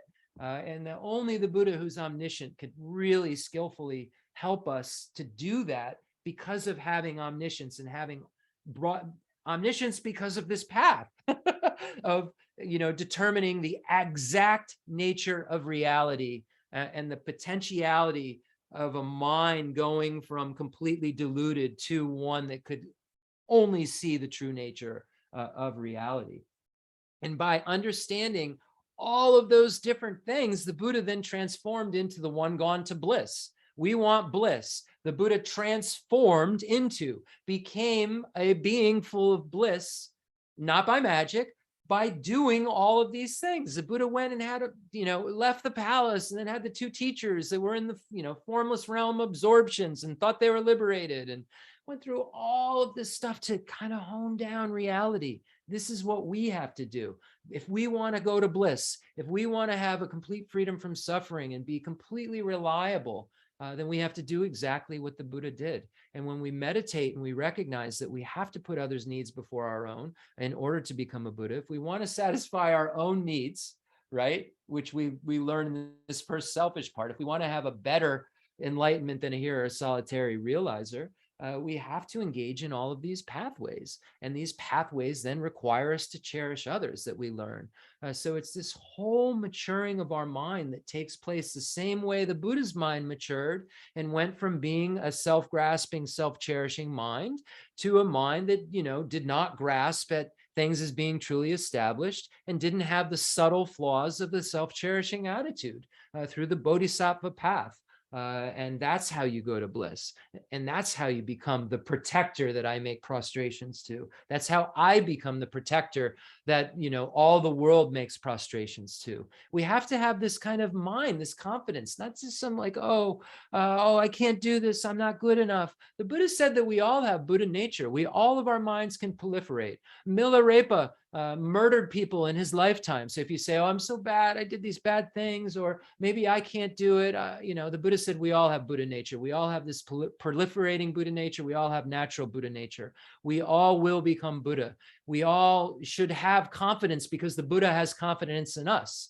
If we don't have confidence in ourselves, sometimes people will say, if you don't believe, believe I do, or if you don't believe in yourself, I believe in you. Well, the Buddha believes in us in a total way. The Buddha has an incontrovertible fact in his mind that you will be a Buddha. The Buddha isn't confused about that in any way. Ignorance and confusion are the same. The Buddha doesn't have any of that. We may have it, we may not believe it, but an omniscient being is telling us, have confidence in yourself. It's completely wrong to not have, this idea of having low self-esteem doesn't make any sense because you have Buddha nature. You can become a Buddha. You can become a perfect being. If you have the potential to be perfect, why should you feel bad about who you are? Who you are is who everyone is. We all have the same exact potential. And it really, really is amazing when we look at it this way. And it inspires us to transform into a reliable guide, just like the Buddha did. Not become magically a reliable guide, not become a reliable guide by doing half the work or by seeking out half the story, by seeking out every single realization necessary in order for our mind to transform from what it is right now into a mind of renunciation, bodhicitta, and ultimate reality. That realizes ultimate reality. So if we want to realize these things, we have to create the causes for their realization. So if we want to create the causes for their realization, we have to start at the beginning. If we want to wake up in the morning and know that we have this human, enough confidence in ourselves to then move forward, we have to understand that we have this human basis of leisure and opportunity. We have this Buddha nature. We can do amazing things with this day. When we wake up, I have this human basis I can do incredible things with. All the Buddhas, all the bodhisattvas who are in these kind of higher realms pray to be born into this human basis that I have right now, because it's the most unique, most incredible basis to become a Buddha with. We have this pleasant mix of suffering and happiness that allows us not to be too trapped in either one, to keep going. And we're able to see suffering and so forth, so we can then develop compassion. So we have this opportunity right in front of us. And we wake up every morning and say, I have this human life of leisure and opportunity. I'm so happy. I have Buddha nature. I can become free from the lower realms of cyclic existence. I can become free from all of cyclic existence. I could be in nirvana. I don't have to die. I can, in this lifetime, achieve the state of nirvana, of deathless state.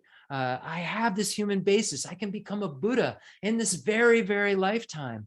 And then these teachings tell us to then hop down out of the clouds for a second and realize we're going to die. All of the Buddhas and Bodhisattvas have done this in order to be inspired, in order to put in effort, in order to get the joyous perseverance that day and night works for sentient beings. All the Gurus, Buddhas, and Bodhisattvas realized that they were going to die, and that all of these great plans and aspirations that they had to be free from the lower realms and be free from all the realms and have Buddhahood were really on a ticker in terms of time to practice to get there. And then when this life severs, they realize that who knows where I'm going? Am I realized enough to know to guide my next rebirth on my deathbed?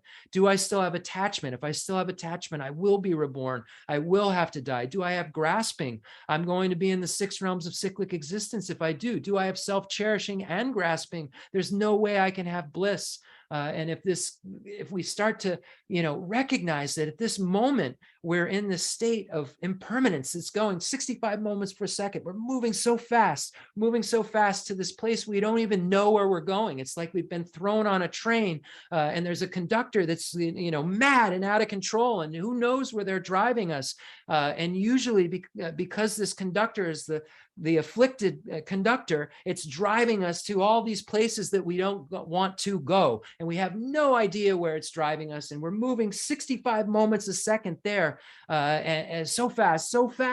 And the great beings realized this movement was taking place, realized they were moving closer to birth, aging, sickness, and death every moment. And this realization brought about this effort that the bodhisattva has. It did not spring from this all sounds great, and I really, really like some people. Oh, hold hands and kumbaya. It sprung from this pure understanding of this subtle impermanence that's going on, moving closer and closer to all these things and uncertainties, and being propelled again and again into these aggregates and chucking them off again and again and again, that the Buddhas and Bodhisattvas realized to then want to perfect generosity and ethics and patience and effort and concentration and wisdom. And they engaged in all these 10 bodhisattva grounds, and they refined their realization of emptiness more and more and more, with the winds of bodhicitta behind that realization, that they became Buddhas. And we will do exactly that, but we have to do it now. We have to start today. There's absolutely no other time. We do not know if after this teaching's over, we will all be here in 10 minutes. There's no way we can prove that right now, that everyone who's watching this teaching on all these applications and on Zoom in 10 minutes after this teaching will be alive. We can't say that's a definite fact. So while we're listening to this teaching, we should really make sure, if we've realized these things about death and impermanence, when we go circle back to the beginning of the Lam Rim, we know why we don't come to a teaching with a pot that's upside down where we're not listening. We know why we don't come to a teaching with our own ideas about what's going on, or our kind of prejudices, like we're contaminated pot. And we don't come to a teaching half listening, like a pot with a hole in it, because we have to hear all of it. We don't want to forget any of it. So if we have these realizations, every time we circle the Lam Rim, our ability to become a Buddha becomes bigger and bigger and bigger, because we know how to read the Lam Rim based on the later parts of the Lam Rim, and based on the urgency that we come to find is true. And we have this urgency, and we have gold, because we've realized we have these teachings that come from noble origin that are great. We know that they come from this lineage of the profound view and extensive deeds lineage, and the lineage of Tilo and Naro that we can practice, that are great. So we should be inspired to listen to them so purely, because we have to practice them in order to be free from all of our fears. So this is the kind of thinking that we do around these Lam Rim teachings. Sometimes we read them and we get very, very technical, so that we can deepen this conviction and deepen this understanding that we have to emerge. The Buddha has the truth, and we refine our understanding of emptiness more and more and more and more. We refine our ability to relate to others in a less attached and angry way more and more and more, until we get to the point, like the great texts say, that we walk upon an ant and say, "I'm your child. You were so kind to me. I want to be able to bring you uncontaminated happiness." Any being that we see and come across, we wouldn't even be able to think of as labeling as higher than another in terms of our want to help them, and the kindness we see they've shown us. And when we see this kindness just radiating at us from all sentient beings, imagine how that changes our whole world. Imagine how almost blissful our world becomes when we see everyone as nurturing and lovable. This is what this is about. It's about changing our mind. I saw on, I think, Instagram, Demo Rinpoche, I believe, it said, the teachings on emptiness and bodhicitta should make you better. right?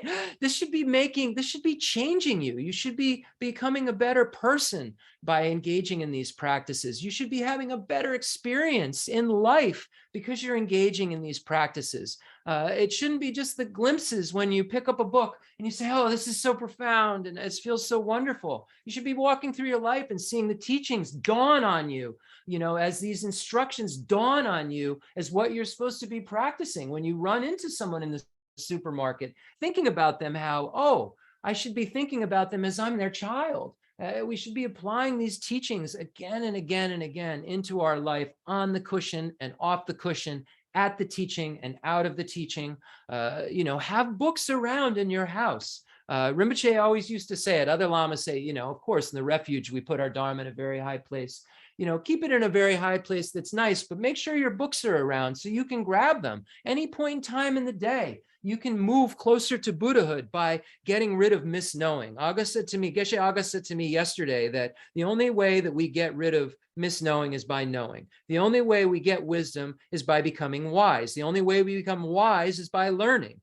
And we know this. We didn't learn the ABCs, because somebody, put some sort of machine like Star Trek on the side of our mind and pressed a button, and then we had the ABCs inserted into our mind. We had to study them, and then the ignorance related to the ABCs was gone. We have an ignorance related to all of reality.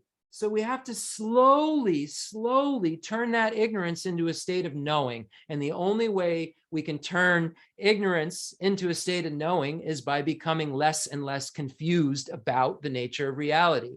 And how do we become less and less confused? We use the mirror of the Dharma to see if we're confused. Are we confused about the nature of reality? Can we read the Madhyamika Prasangika text and are we confused? Is there anything that's not clear about clear light? About objective, subjective clear light? Is there anything not clear there? If there's something that's not clear, we have ignorance, we have a misknowing. So we have to add knowing in. And this knowing is something that's so hard to begin to understand that Chandrakirti says that yes, the yogis dwell in non-discursive thought, but it's through analysis and through conceptuality that you arrive at non-discursive thought. And if you can't incontrovertibly assert through words what the meaning of the nature of reality is, and of course it says that it's beyond words to some degree, but that means it's just showing the profundity of the direct perception of emptiness and how there is no conceptuality there. So it's just important that when we use the mirror of the Dharma, that we're using it to see who we really are and what we really know. And don't let it scare us or become demoralized, like, oh, because sometimes I even have it happen, right? I've been with Rinpoche so many years, and then you see something you don't really understand, and it scares me, right? All of a sudden, it happened to me this morning. And luckily, I wasn't off. I was kind of on the point, but it scares you because, and why does that kind of happen? That feeling of that sudden, like, oh, I don't know, it shouldn't make you feel like demoralized, like, oh, I'm so stupid. It should make you say, oh my gosh, I have a chance now to get rid of some more ignorance. I have a chance now to eradicate a state of misknowing I didn't even know I had. I didn't even know I had this misknowing. Now I've looked at a text. There's something really complex here. I don't have any idea what it means. I'm going to need to know what this means in order to become a Buddha. So then I learn what it means, and now a little bit more ignorance and confusion related to the text and to the Dharma is eradicated. And as soon as I have no confusion related to true paths and true cessations, then I don't have to do this suffering aggregate state any longer, whether it's in the state of the here solitary realizer, abiding nirvana, or in the complete state of Buddhahood. So I really just hope that all of you continue to study and see how all of these teachings are applicable to your daily life, to see that these excellent qualities that we think about the Buddha are mirrors also. Do we have these excellent qualities? Do we have this love and compassion for all of these beings? And when we imagine that we do, it becomes kind of like when we're practicing Tantra and we're imagining that we're a deity, it leaves these imprints for that form of the deity to take on. When we leave these imprints in our mind of reality, it kind of sets the stage for that Dharmakaya, that wisdom mind to occur. So anyway, yeah, anybody have any questions?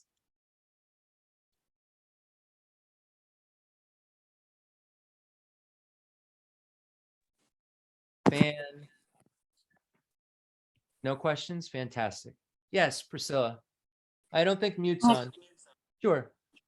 I just turned the mute off to ask a question. And thank you very much. I'm wondering if anybody would be interested in offering some prayers for a friend of mine whose husband is in end stage metastatic lung cancer. Certainly. I only know him by his nickname. I support his wife. I'm helping her cope through being his caretaker through to his death. So her name is Debbie, and I know him by his nickname, which is Grinch, because of how he smiles. Yeah. I remember. I thought we were speaking of Grinch. We'll definitely both of them in our prayers for sure. The lung cancer has now metastasized to the brain. So sorry. I would not wish this kind of death on anybody. So sorry. Yes. And I would not wish this kind of caretaking. It is extremely difficult. So I'm asking if people could do that, and if they want to know, if they want to have a sense of direction for their prayer, this couple lives in Thomaston. Okay. Everyone will please keep them. Anybody who wants to, yeah. Yeah, please keep them in your prayers, and all sentient beings who are going through so many things. I want to read a short excerpt from a text by Pabunka Rinpoche before we do the concluding prayers. I had planned on doing this. I'm not going to read the whole thing. It's called The Heart Spoon, because I think it's really important. This is how we should look at the practice. And as we all know, Pabunka Rinpoche was always very good at encouraging us. So this is in the Tibet House's prayer book. And I probably won't, it's a few pages long, but I wanted to leave you with some of the points that are made, because I feel like Pabunka is such an amazing writer when it comes to encouraging us to practice. So it says, the heart spoon encouragement through recollecting impermanence. I'm going to do the best I can with this too. It made me a little sad this morning, so I may have to end the mission in midway, but we'll give it a shot. Heart spoon encouragement through recollecting impermanence. Ah, the hurt. It starts. It just says, ah, the hurt. Exclamation point. Kind Lama, look to this pitiful one, how I behave and how I have cheated myself my entire life. Please look upon this mindless one with compassion. The essential advice to give yourself heart spoon. So spoon to your heart, advice to give. This is what it's basically the meaning, to feed your heart. Essential advice to give yourself heart spoon. Keep it deep within your heart. Don't be distracted. Don't be distracted. Reflect upon the state of your life from the essential drop at your heart. Since beginningless cyclic existence, which has not ended up to now, though you have experienced countless cycles of rebirth, just so many variations on happiness and pain, you have achieved not the slightest benefit from them. And though at present you have attained leisure and fortune so difficult to find, always till now they have finished and been lost, have been empty and without meaning. Now, if you care about yourself, the time has come to practice the essence of future happiness, virtuous actions. You appear so capable, smart, clever. You're a fool. As long as you cling to the child's play of the appearances of this life, suddenly you're overwhelmed by the fearful Lord of death, and without hope or means to endure, there's nothing you can do. This is going to happen to you, exclamation point.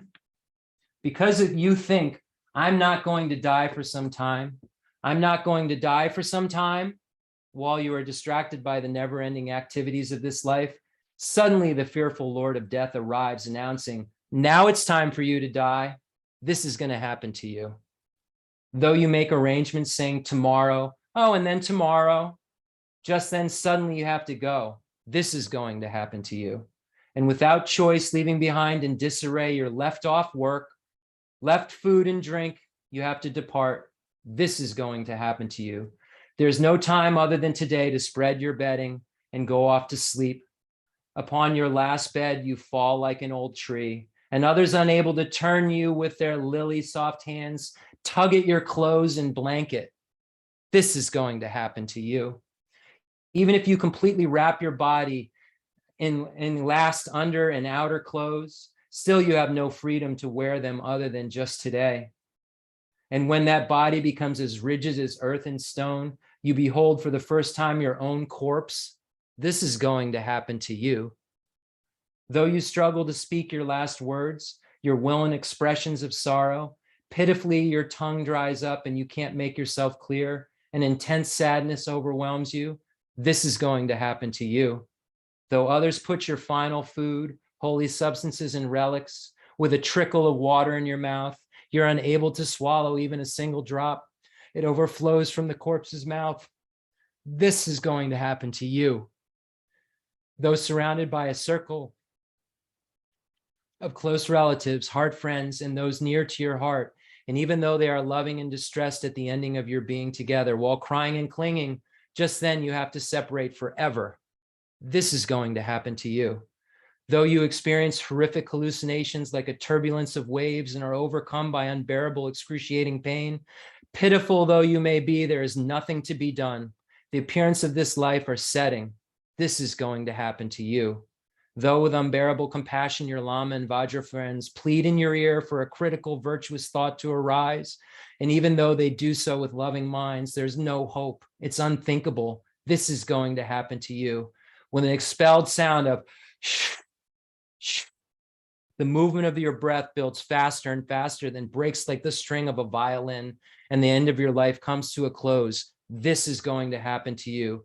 There will come a time when your cherished and sadly lost lovely body is called a corpse, and it's disgusting and rotten. And a time when your body, which can't even bear a rough bed or an unsoft mattress, is laid out on bare ground. This is going to happen to you. There will be a time when your body, which can't even bear a thorn, is chopped into pieces, its flesh is torn, and it's a time when your body, which can't even stand fleas and lice, is devoured by birds and dogs till there's nothing left. This will happen to you.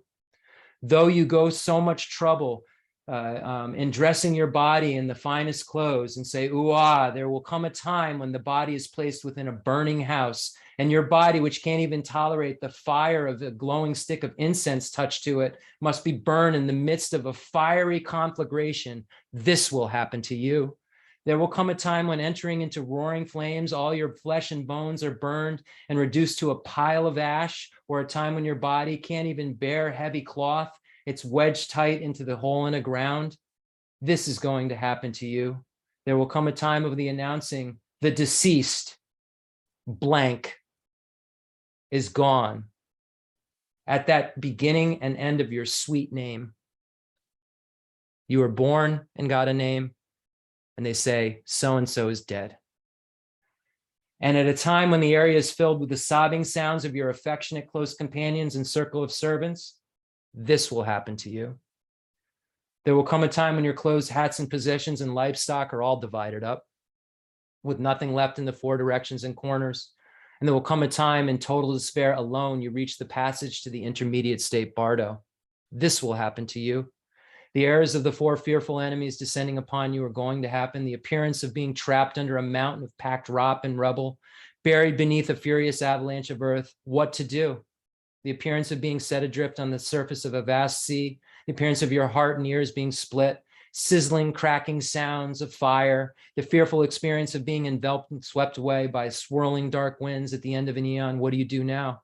When you're driven by the powerful red winds of karma and swallowed up by a terrifying darkness, what do you do now?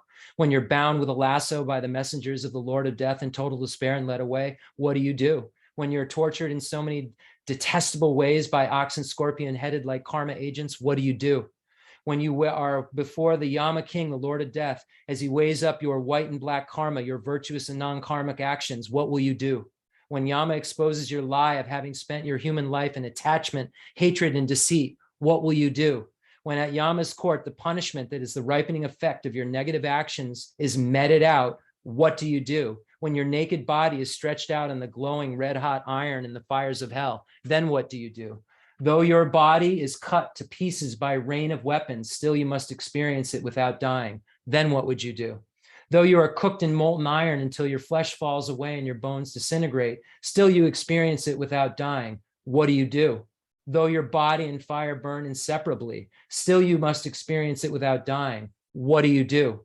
When your body is pierced by a freezing cold wind and cracks into 100,000 pieces, what do you do? Having fallen into the miserable state of a hungry ghost with its hunger and thirst, you have to starve for many years. What do you do when you become one of those stupid, dumb, and unfortunate animals that eat each other alive? What do you do when the unbearable sufferings of the evil gone realms have actually befallen you? What do you do? Now, don't be distracted with the sounds of hurrying. Oh, go there, la, right this moment is the time to steal your will. It's not only time, it's almost too late. Right now, apply yourself with great force.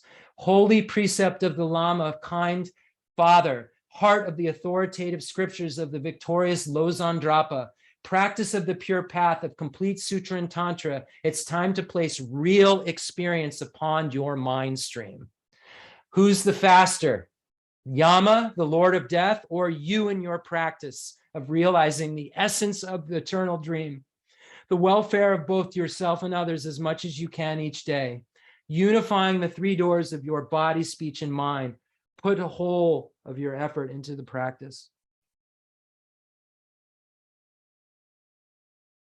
So obviously this is meditation on the lower realms, the small scope, but also all the different sufferings. Such a beautiful, beautiful work.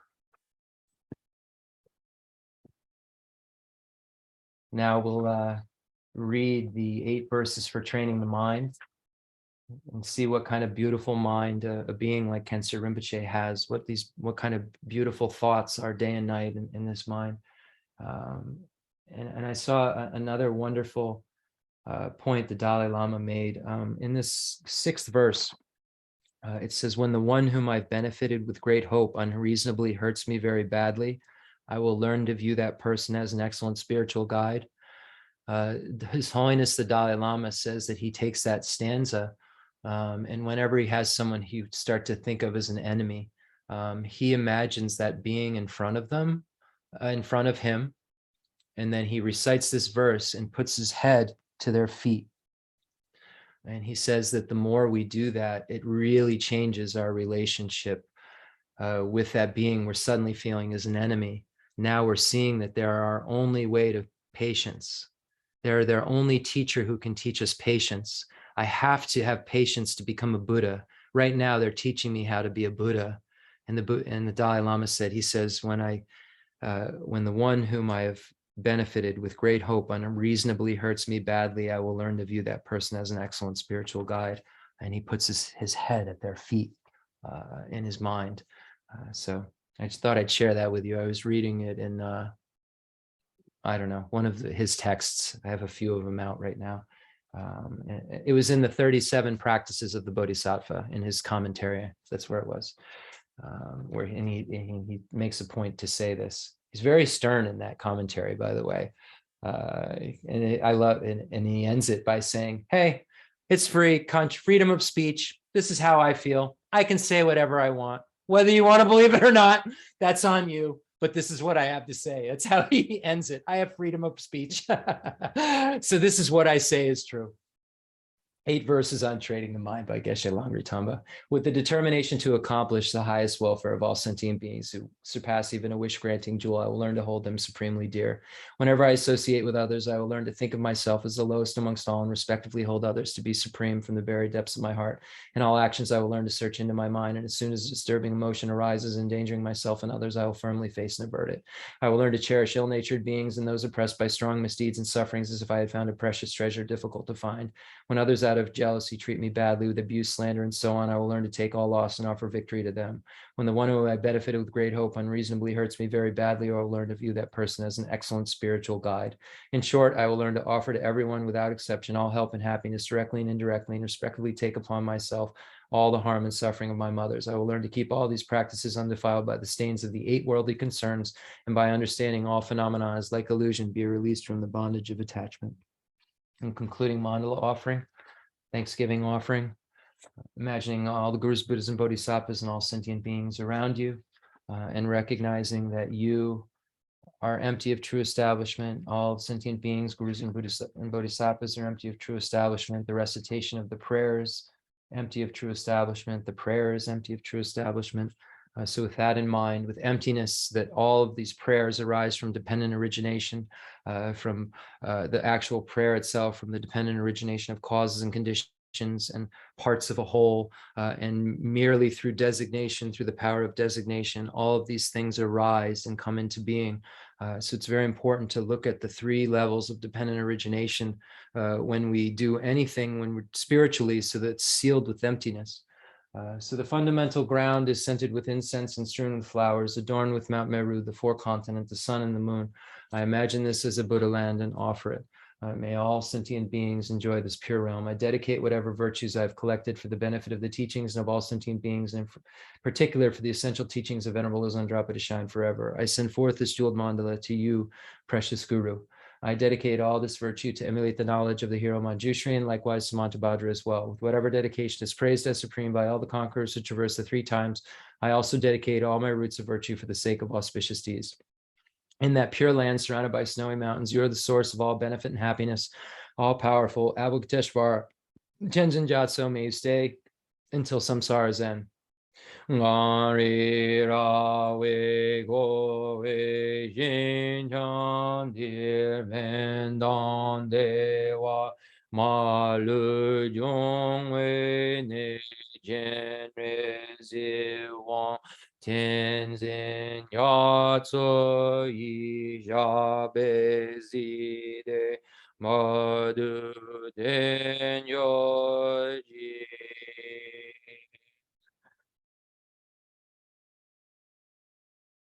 I pray that we may never be separated from Tensur Geshe Wandak in all of our lives, whether it's in the emanation body he or she shows us in the regular worlds, or when we become Arya Bodhisattvas, when we meet the enjoyment body. May we in all our lives always meet with this perfect teacher. And when we become a Buddha, may we help this being free all sentient beings from the state of suffering. And then in closing, if you are attached to this life, you are not a spiritual practitioner. If you are attached to samsara, you have no renunciation. If you are attached to your own self-interest, you have no bodhicitta. If there is no grasping, you have no view. You do not have the view. Thank you, everyone. I appreciate it so much. And we'll see you next week. I hope everybody can change their minds and put a little more wisdom into a place where there was confusion, and move closer to that state of Buddhahood that we will all achieve. We're not there yet. Unfortunately, we're a little deluded, and this, beautiful mind is so sullied. But once it's unsullied, it's natural. Purity will shine, and when we proliferate it into this love and compassionate being that the Buddha is, we will be able to be that reliable guide. So thank you so much. I'll talk soon. Thank you. Thank you so much. It's so good to see all of you. I see Rinpoche when I see all of you. Thank you. So I hope that my words, you hear Rinpoche when I speak, because that's how, when I relate to Rinpoche's students, I really see Rinpoche and feel Rinpoche so strongly. So thank you for coming. Appreciate it.